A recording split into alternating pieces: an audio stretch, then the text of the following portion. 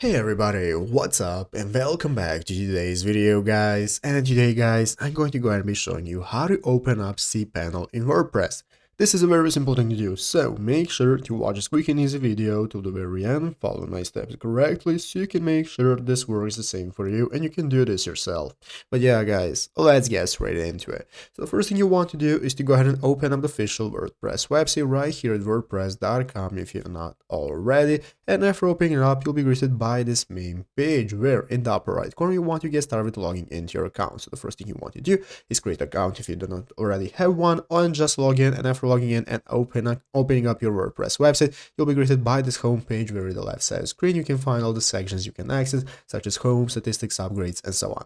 So let's go and take a look at how you can get started with opening up cPanel in our WordPress website and adding it to cPanel to use it. Basically guys, you will need a cPanel account to get started. So go to cPanel.net and get started buying it if you have not already. You can use a free trial, but you'll need a premium plan if you want to use it. So you want to click buy cPanel. After clicking buy cPanel, it's going to go ahead and proceed where you can go ahead and choose what platform you want to use, what kind of package you want, and so on. So once you have set it all up guys and you have downloaded cPanel, this is how it's going to look. So this is going to be preview how your cPanel is going to look. Here you'll be able to get started in this dashboard. You'll get started with the file manager. You can get started with adding your PHP, your MySQL database, and so on. So what you can do guys is download WordPress and get your WordPress implemented into cPanel using the dashboard right here. And this is going to enable you to use the file manager to add your WordPress website and to manage it. So that's how to do it. So I hope this video was helpful. If it was, make sure to leave a like, subscribe to the channel. So guys, thanks for watching, take care, and bye.